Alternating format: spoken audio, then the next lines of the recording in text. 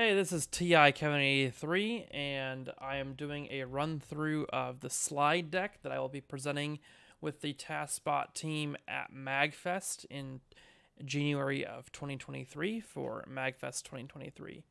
This is a talk on video archival and presentation in retro video games. Again, I'm Travis TI Kevin 83 McGeehan. I'm a full stack developer at GFS, which just means that I do a lot of web development stuff. And I also am a administrator in the TaskSpot team, helping pick what content we show where and making ideas for content and such. And generally helping to keep the Discord running smoothly. And then the same in task videos, I am acting as an ambassador, often for task authors, showing content at events, but in this case, a ambassador for the task encoders who help run the task videos YouTube channel and keep our images of the tasks viewable for audiences in a way that's pleasing and faithful to the original video game as they would have seen it on a CRT. So I'm going to run through a lot of the learnings from that encoding team and some new developments in the preservation scene. So first off, what are our four main problems that we're going to be talking about in this talk? And they all stem from the first problem, which is that we have this really small resolution source material with retro video game footage, often as low as like 240p, and it's often so small to show without upscaling on modern. It's almost impossible to show without upscaling on modern displays, especially color accurate displays like 1440p or 4K displays like Dell's AW Alienware OLED or the LG C2 G2 line of OLEDs, where these are very, very high resolution displays. And then alongside that, the small resolutions of the original footage are stretched on CRTs. They don't have square pixels, they have rectangular pixels, which is impossible on modern displays where pixels are fixed square dimensions, especially on these like very accurate OLEDs. They're literally fixed individual LEDs. There's no making them rectangles like on CRTs. So you have to stretch the original image out over those pixels to simulate the rectangular pixels you would see on CRTs. And next up, the second problem we have, a very core problem in video game footage archival, is that almost all video on the web is Chroma subsampled. And all that means is that there's techniques that have been done in the video to reduce the amount of color data in a way that you can't tell because the human eye doesn't perceive the resolution of color data as accurately it does brightness data. So this is a very big problem in retro video game footage archival because video games were not typically output originally by game engines as Chroma subsampled until the GameCube era. So like you're going to see very, very sharp color detail in the original footage of video games before the GameCube era when you're really getting the raw footage.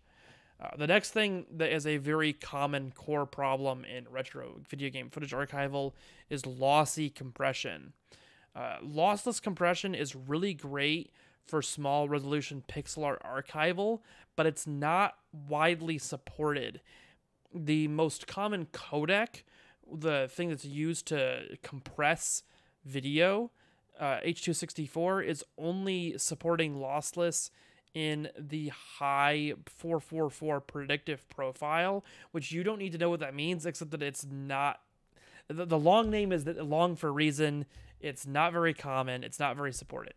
And most browsers support the high profile, which has a lot of benefits, but not one that is truly lossless with the 444 predictive profile.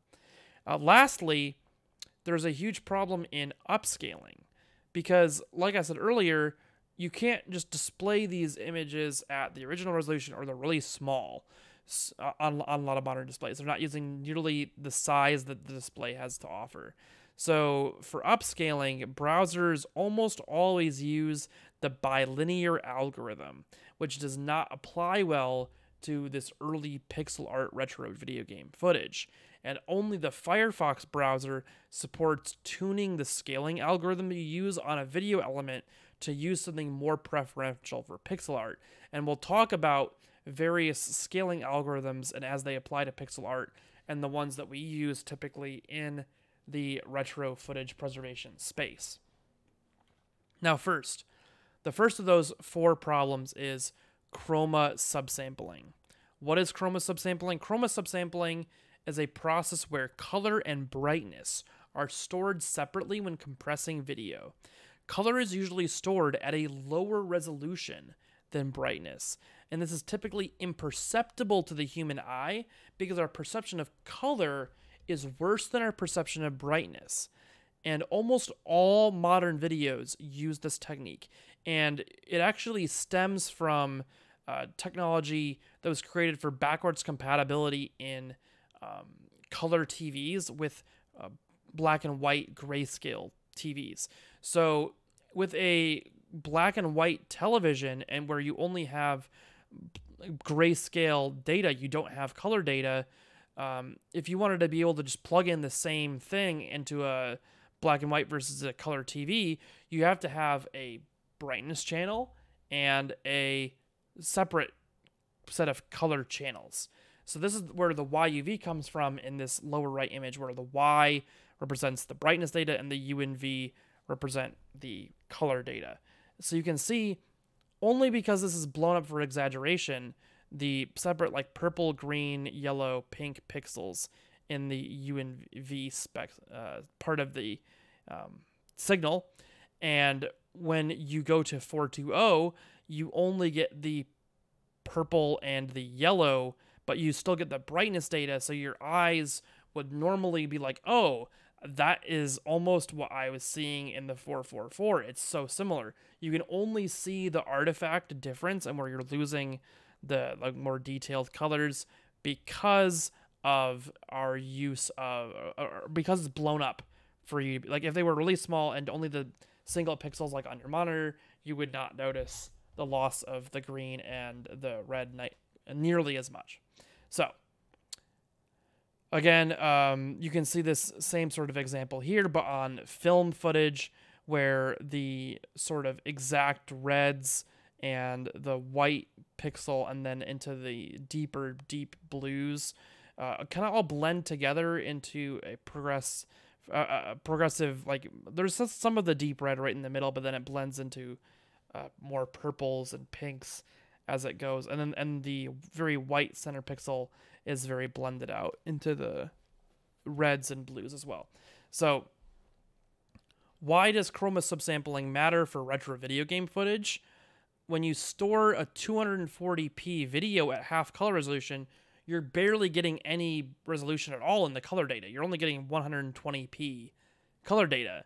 And the loss from this is then exaggerated when you go up to the size of modern monitors. So if you have like a 240p original footage, it's going to be 9 times larger on a 4K TV. It's 240 times 9 is 2160, the 4K resolution. So the losses going from 240 to 120p for the color data get like exponentially multiplied by the upscaling. So this is really important to not have these artifacts in your footage when you're preserving retro video game footage. And another note I want to make here is that I was talking about how 420 is actually really efficient because of the understanding of the human eye. This is actually no longer the case in the most recent image codecs.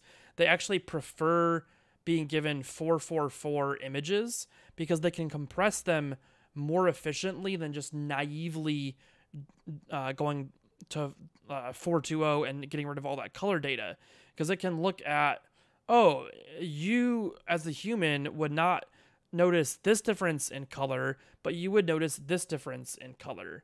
And it can like weigh those much more accurately than just naively chopping all of the color data in half.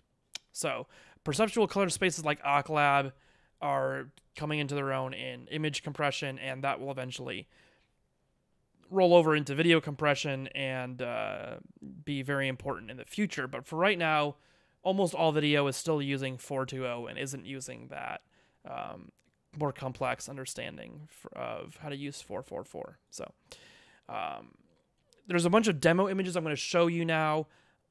You should not take the artifacts you're going to see as like truth of like exactly how bad the artifacting is, because they're intentionally blown up to be able to show you what the artifacts look like.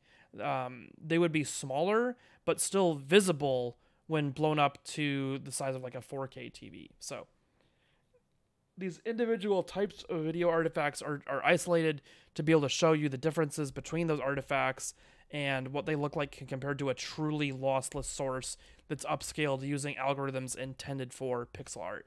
And I'm using Atari 2600 footage here because it's particularly low resolution and has very rectangular pixels, which is helpful for demonstrating aspect ratio correction. So, why does chroma subsampling matter? When you store a 240p video at half color resolution, you only... Oh, I went the wrong way in the thing. Okay, I was showing you some demo videos of that chroma subsampling. Here we have Atari Dragster. When we're using this Atari footage because it's really widely stretched in terms of its width component to be able to be 4:3, the proper like display resolution that you would have seen on a CRT when you played Dragster. And you can see in the letter A in the Activision in the lower left of the blown up footage that the color of that green pixel in the center of the A has been like decimated and is almost white now.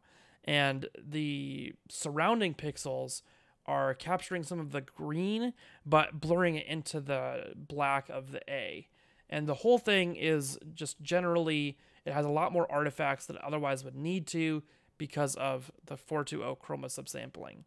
And you can see compared against a truly lossless source footage that is upscaled using algorithms accurate for pixel art, that none of those artifacts show up. That you have almost perfectly black in the A, except only at just one stretch of pixels right at the edge, where in this case the A is being upscaled to a size where it doesn't exactly fit the target monitor. So there was just that one line right at the edge where it was blended to keep the size of the A accurate. So you can see if we flop between those two, how much more pixel art focused this approach is and how much more crisp the footage is. And if we go to the next issue now, that was only covering one kind of issue, chroma subsampling. There's a whole other issue that I briefly hinted at about pixel aspect ratios.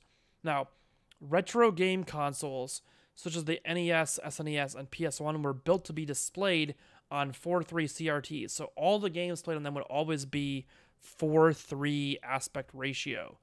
But the output at more square resolutions was often stretched to the more rectangular 4:3 on the CRT.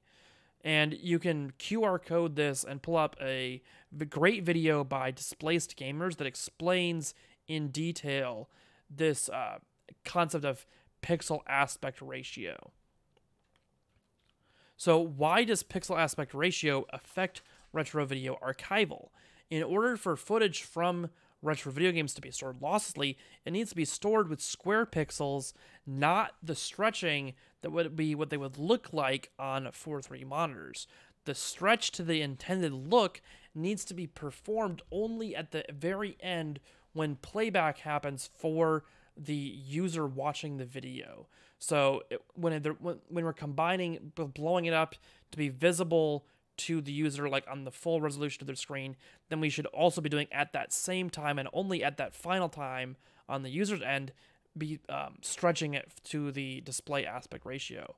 You can like store this in metadata in H.264 for use with the regular like H.264 video element, but you can also just do it in CSS.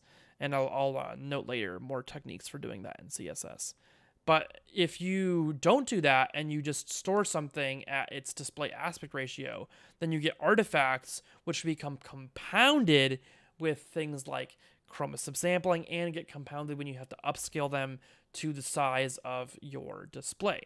So, for example here, this is Atari Dragster with just aspect ratio correction. So in the A, you have much actually less artifacts than the previous one, but still a lot of artifacts where the A is being stretched in width to match the width of a common 4:3 CRT. And that width stretching blurs some of the edges of the pixel, which gets compounded when we do our upscaling for the target monitor. And if you compare that against the aspect ratio being corrected on the client, you actually have the errors completely disappearing in the vertical edges of the A, because the combination of aspect ratio correction and upscaling has offset each other and created perfectly square pixels just by happenstance. But usually, if you were to not be that lucky, you would just see the slight artifacts at the horizontal lines you can see at the top and bottom of the A. You would also see those in the vertical plane if you were not lucky with the exact size of your monitor. So just to flop back and forth, again, much less blurriness, much crisper in the aspect ratio being done at the end of the filter chain on the client.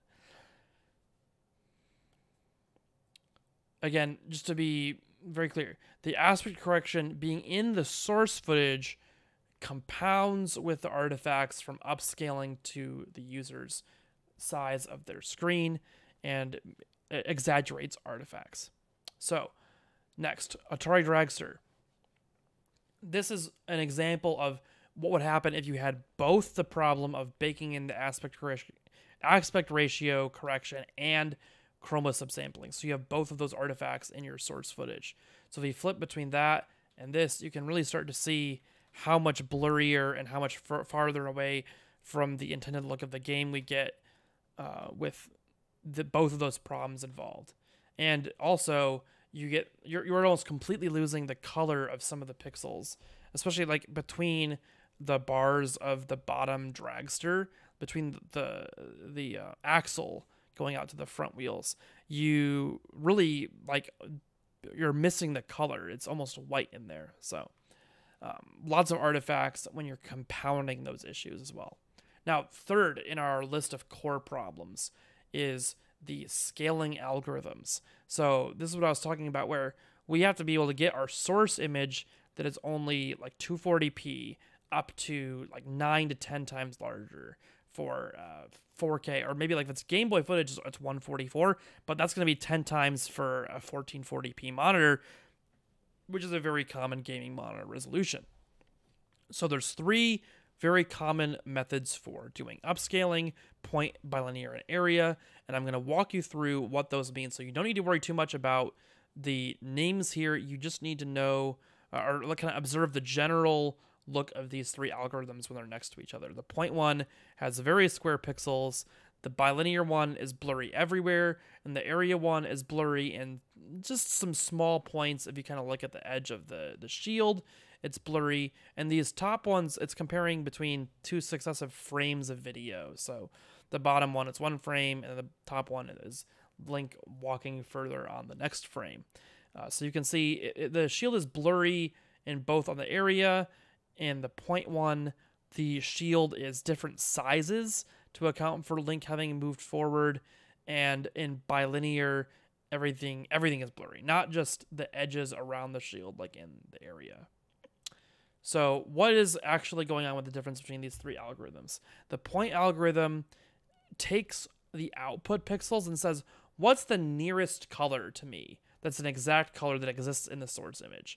I'm going to take that color and I'm going to be that color. And this algorithm is only supported on video elements in Firefox. You can use the image rendering CSS filter to set a nearest neighbor algorithm, image rendering pixelated in Firefox. though this distorts the shape of objects, as I was saying, with the height of the shield. So I'm going to move my camera for these couple slides so you can see what's going on. The shield, again, this is very blown up for exaggeration, but just imagine we have a screen where this has to be blown up like 4.5 times. So as Link walks, on one pixel, the shield might be blown up 4 times, and then on the next step, the shield might be blown up 5 times. And this is happening because the 4.5 times multiple isn't an exact, like, it's the nearest neighbor scale only does exact pixel multiples, so it has to do an exact. It can't do 4.5. It can only do 4 or 5. And so as you get to different lines, it's going to alternate 4 pixels, 5 pixels, 4 pixels, 5 pixels. So the shield is actually, in a real world example, what it's going to do is that have the shield kind of like look like it's shimmering as you're walking in a video. You'd kind of see Link kind of wobble a bit. So that's the artifact you would get out of point or nearest neighbor.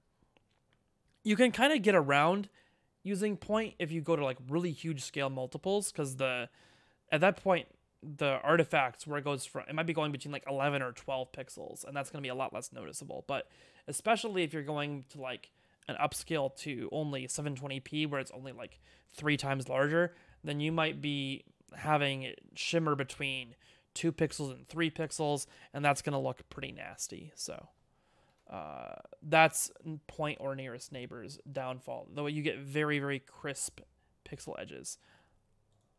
Now, the next one is bilinear.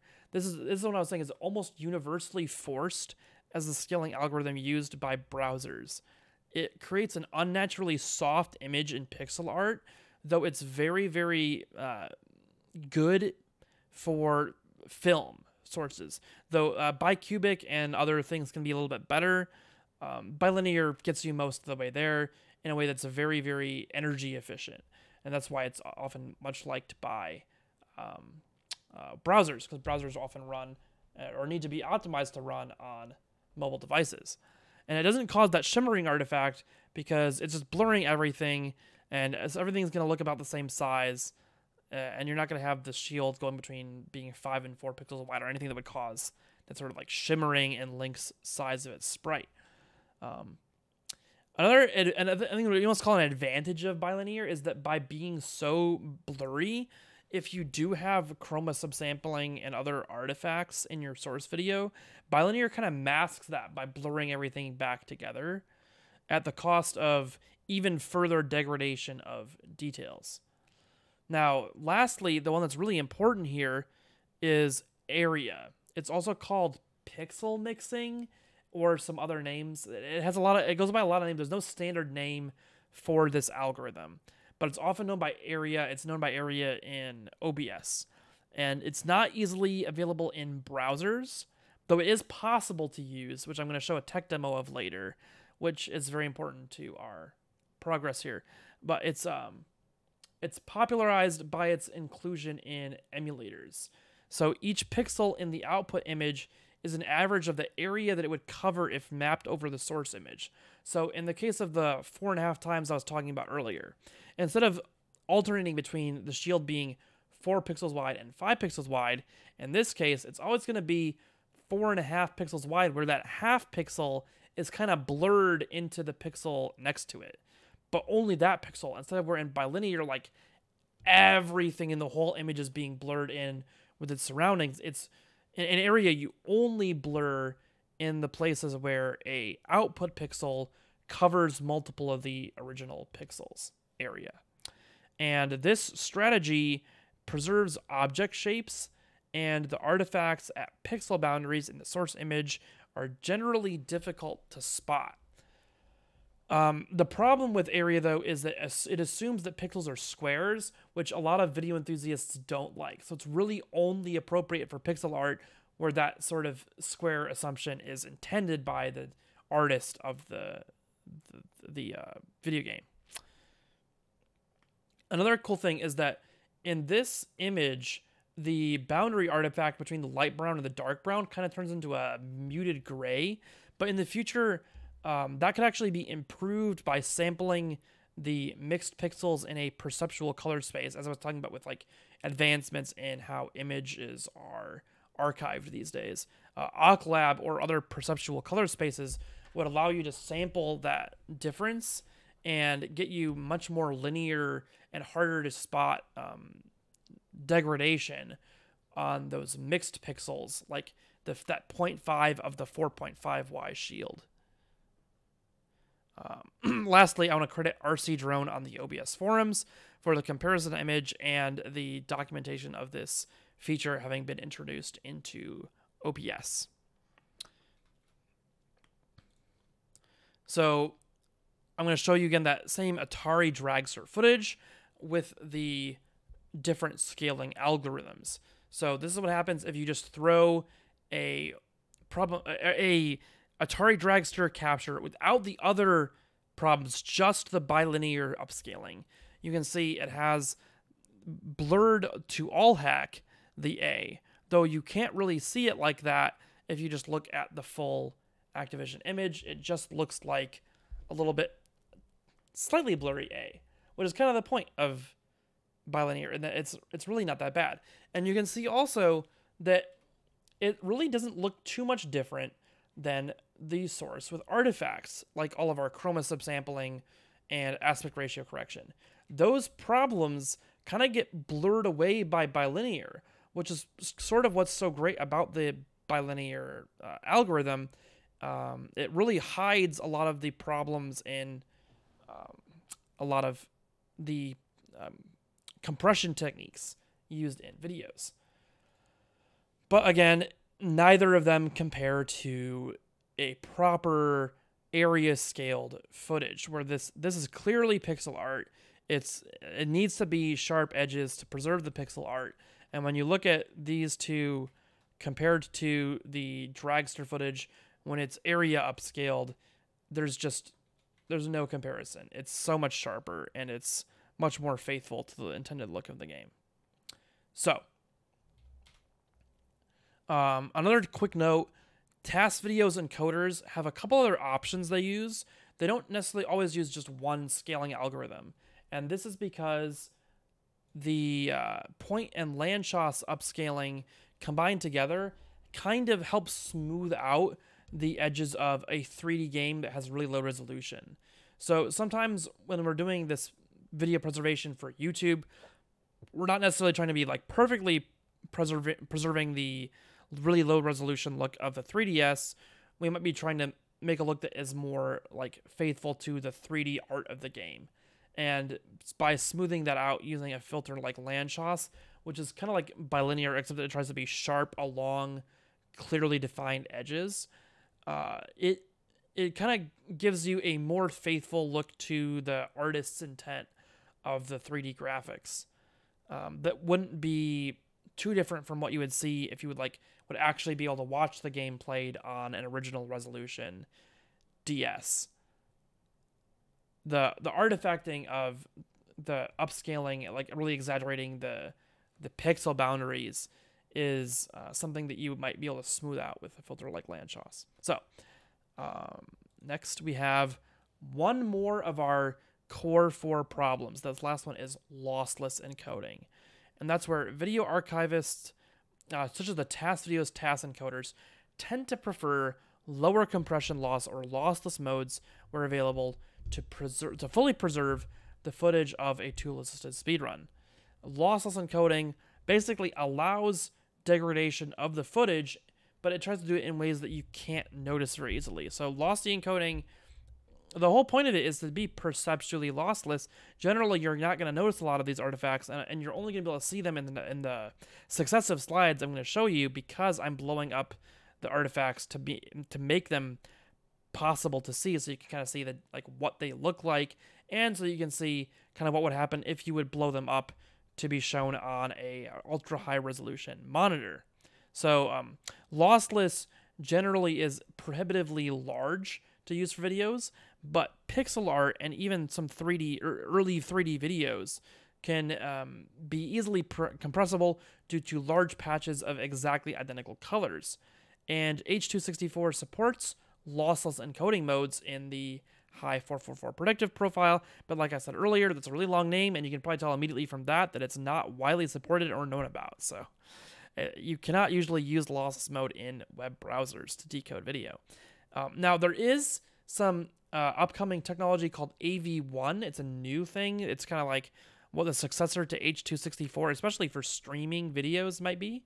But it can't do 444 encoding on the Intel Arc and NVIDIA 4000 series GPUs, and CPU encoding of AV1 is very slow. So we're not going to quite see the AV1 encoding probably quite yet.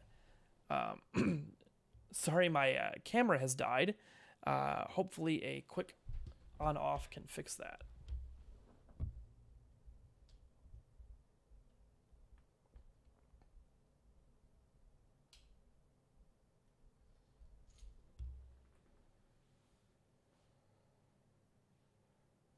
Okay. All right, we're back. There we go. Okay, so if that goes out again, I'm just gonna leave it. We're getting near to the end of the slides here. If we so we can't use AV1 yet. It's not really fully supported to use with 444 and lossless together, so it's not completely applicable to our strategies with trying to do area upscaling in the browser. But in the future, AV1 might even give us even smaller lossless videos, which is going to be great for preservation of retro video game footage. Now, Atari Dragster, again here, this is a blown up example of just lossy encoding. No other artifacts, just lossy encoding. And you can kind of see how the 5 and 6 are mirrored into the green a little bit. And that mirroring and smearing out of their letters is because it's really, really hard for lossy footage to handle text. It's one of the hardest things to handle in lossy encoding. So that's why there's so much of those artifacts focused around the text there. And if you look at the broader footage, it's really not that bad around a lot of the footage edges. It's probably better than a lot of the other artifacts we've seen so far. But still, if we compare it against completely sharp video, it's a complete world of difference. It's so different. And if we look at lossy encoding combined with all of our previous artifacts, again, the bilinear is basically our saving grace here.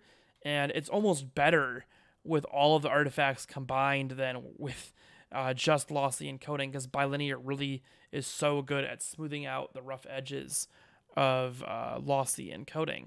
So, but again, the absolute peak where we can show a 444 lossless source and upscale it with area on the client is going to be leagues beyond what you can get without those techniques. So, another point here, we can actually combine lossless with area scaling really well in 3D games. The artifacts in 3D areas are not nearly as pronounced, and really, like, you get much of this where it's a little bit blurrier, but overall, it almost works well with the 3D games to preserve the sort of rounded edges of a lot of 3D effects. So, the comparison between area and all of the other basic problems we run into is not nearly so bad with 3D games, but there is an aspect of it where static areas like score totals look so much better in the lossless side. So if we go here, our Mario is really blurred to all heck, and our little multiplier number and the 4, again, blurred to all heck with lossy encoding, Chroma subsampling, and bilinear upscaling altogether. The larger footage, the 3D footage, is overall not bad. It looks pretty darn good. But the static areas of the screen really do get hampered by all of these problems. And if we compare it against completely lossless with an area upscale, you can see there's a lot more sharp edges where we get these stair step effects around Mario and a lot of the 3D elements, but the static elements on the screen look just miles and leagues better because they're pixel art, and the area upscaling algorithm is so good for pixel art when it's properly preserved. So if we just toggle between these two, you can see Mario's eyes in both the 3D part and in the static area really do improve a lot from having the fully lossless image, but especially the pixel art. And the general 3D is actually kind of benefiting from the blurring a bit to look more like a 3D game, but then the rest of the footage looks a bit too blocky in some areas in lossless.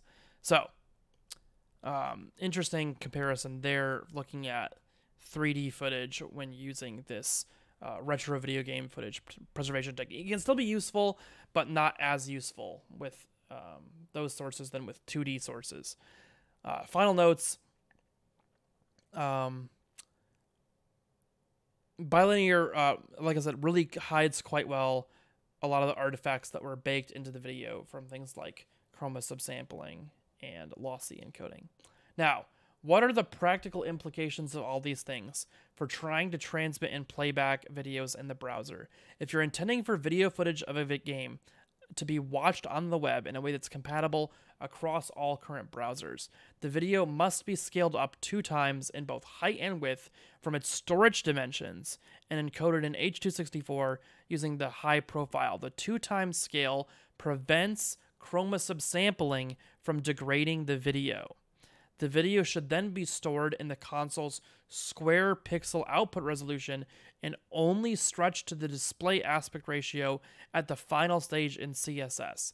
So you could store your video at 2 times size and then use aspect ratio 4:3 and object fit cover in combination with image rendering pixelated, and have users view it in Firefox to get pixel art upscaling, proper end of the filter chain aspect ratio correction, and not lose any of the information of the color to Chroma subsampling. You can also use a lossy mode with CRF quality between 18 and 1, depending on how crazy you're going with video preservation goals. So 18 should be visually lossless, but like I said, if you're going to upscale to like a really large resolution like a 4K TV, maybe you want users to have that potential, and so maybe you use a setting closer to 1 to try to absolutely minimize artifacts. So depending on the bitrate of your footage, you might be able to go further towards that. And if you're okay with not supporting Safari or macOS on iOS, Safari on macOS or iOS, AV1's lossless mode is a good option if you have the bandwidth available in your CPU to do AV1's CPU encoding. For YouTube, there's a couple other practical implications. YouTube breaks virtually all of these basic encoding paradigms. They bake in aspect ratios to videos. 420 Chroma is forced at all resolutions, so you always have Chroma subsampling artifacts, and there's no way to force lossless modes, even when the file sizes of the video are comparable or smaller than high-quality lossy settings, which can happen when you have perfectly exact emulator capture of retro video games. When you have these problems on YouTube, your best strategy is to pre-render your upload to 4K 60 using the area scale or scaling algorithm locally to fill 4K height. So like before, instead of just stopping at the native resolution and doing your upscale with Firefox's with Firefox and the image rendering pixelated or crisp edges settings in YouTube, you want to make sure you pre-scale the video all the way to 4K 60, and then YouTube's downscaling to 1080 and 720 should use algorithms that make it look pretty crisp still at all of the down resolutions. And if you want really exact quality, you can get that even on YouTube by nearest neighbor upscaling close to a 2 times multiple inside of 4K and then letterboxing. YouTube doesn't recommend doing this, so I'm not technically advising you to do this. Don't go out and letterbox your videos on YouTube. But technically, they don't reject videos for this as far as I've seen. So you can upload like Game Boy footage, for instance, at 12 times scale in 4K, letterboxed to 4K, and then YouTube will scale them back down to 6 times at 1080, 4 times at 720, 2 times at 360p. And then you get really sharp video on YouTube, even though we have all of those problems we've talked about. Mainly because you don't have Chroma subsampling artifacts, and Game Boy doesn't have aspect ratio correction. So, lastly, getting toward the end, well, not lastly, but getting towards the end, there is a RGBscaler.com tech demo, and this is really the impetus of why I created this talk. There is technology available now in the browser that allows you to very finely tune the scaling of videos. You can use all the available mentioned techniques in combination to preserve that lossless, crisp, low-resolution Game Boy footage, and then upscale it on the browser client. So this works really well for N64 era and earlier, especially the oldest consoles, such as the Atari 2600, and it's easily clonable to host your own videos with the same technology on your own sites. So grab the QR code here, and you'll be able to use this very, very interesting and new development, where it's actually what we're doing is we're using WebGL2 in combination with a couple other things to be able to stretch out the video to the full aspect ratio of your monitor in WebGL. And then we're using the area algorithm, basically the exact same algorithm used in OBS, but implemented in WebGL to be able to stretch the video. So you can't host your own videos on rgbscaler.com yet. Though you feel free to contact me, Tycom83, at Tycom83 on Twitter if you want me to host something there. Though really the goal is, because this is an open source site, if you go to the site, the source is linked directly from rgbscaler.com. You can make your own websites that use the same technology very easily. So that technology is there, and you can use that to help preserve very, very sharp and crisp retro video game footage in a way that is visible that way to end users on browsers. Now, there's 2 more slides here I want to show you about compression efficiency and some takeaways after that. The main thing is that 8-bit lossless footage of Atari sources like Dragster is really, really, really small. It's only 120 kilobits per second, or 60 when Lossy and 420. So these sizes are so small that there's no point to not use lossless, because the Lossy has so much of those artifacts I showed you. So you can go to lossless and 444 Chroma and not waste that much bandwidth. And then compared to what YouTube would do, blowing up the size of the video to 4K, for instance here, 4K of the 8-bit Lossy is like 4 times heavier. It's like 440 kilobits per second. And I bet YouTube, if I put the video up on YouTube just for giggles, it would probably be even larger, because I think they use constant bit rate for some of their encoding tuning. So that's, yeah, this is a really good example of why it's just a lot better stewardship of internet bandwidth to make use of things like WebGL's ability to upscale really small videos with the area algorithm instead of pre-scaling videos to 4K. Or you can also use like Firefox browsers, CSS image rendering pixelated, and make use of the upscaling that way, and still use 8-bit 444 lossless footage without having to build the whole custom website like RGBscaler. Then that was 2D footage. So 3D footage, we have 8-bit 444 lossless footage coming in at 10 megabits per second, 10,000 kilobits per second. And then a really interesting quirk here, H.264 works more efficiently internally if you use the 10-bit mode. So you can actually get lossless all the way down to only 5 megabits per second by encoding in 10-bit. And you can get down to only 900 kilobits or 0.9 megabits per second if you use 8-bit and 420 Lossy with the native resolution. So with the 3D Super Mario 64 source instead of the 2D Dragster source, the lossless is a lot more inefficient than in Dragster. However, it's still within a completely reasonable size to stream.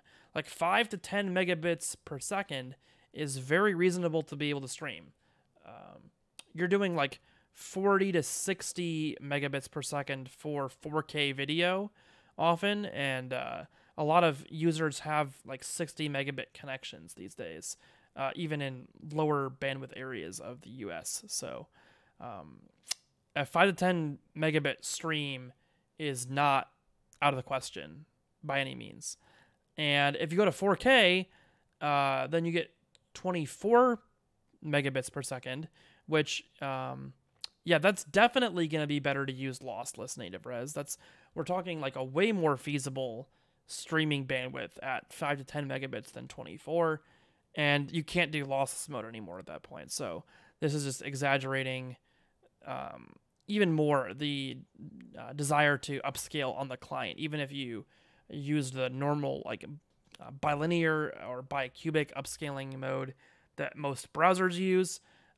That's going to give you a lot better efficiency and bandwidth than pre-scaling to 4K and then using a lossy mode where you get artifacts from that. So what are some takeaways from this? Again, we really want to be using 10-bit encoding.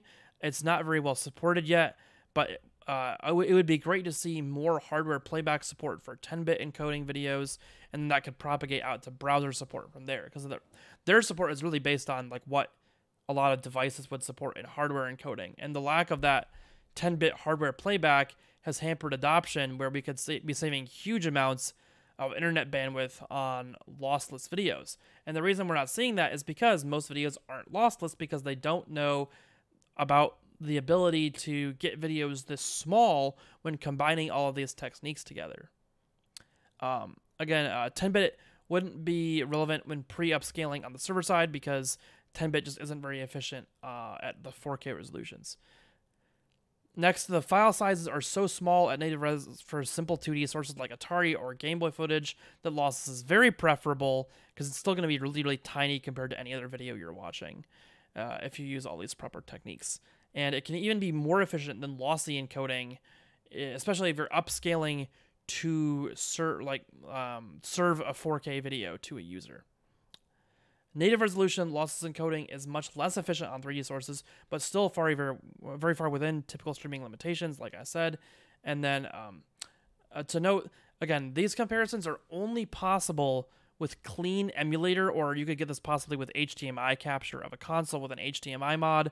If you have an analog capture, like a component or composite or S-video cable, this is going to be much less efficient. So you really can only use lossless with emulator or HDMI mod footage. And that's the end of the talk. At MagFest, will be available for questions afterward, but I guess for now, I'll be available in for a sec with questions in the chat, and I'll jump off in a minute here to wrap up my night. But thank you for anybody who's been watching. It's been really fun to talk about this stuff that I've been working on offline with all these slides, and I'm really excited to talk about it at MagFest, where we'll have a full panel. Thanks, Big Bass. I always appreciate the support.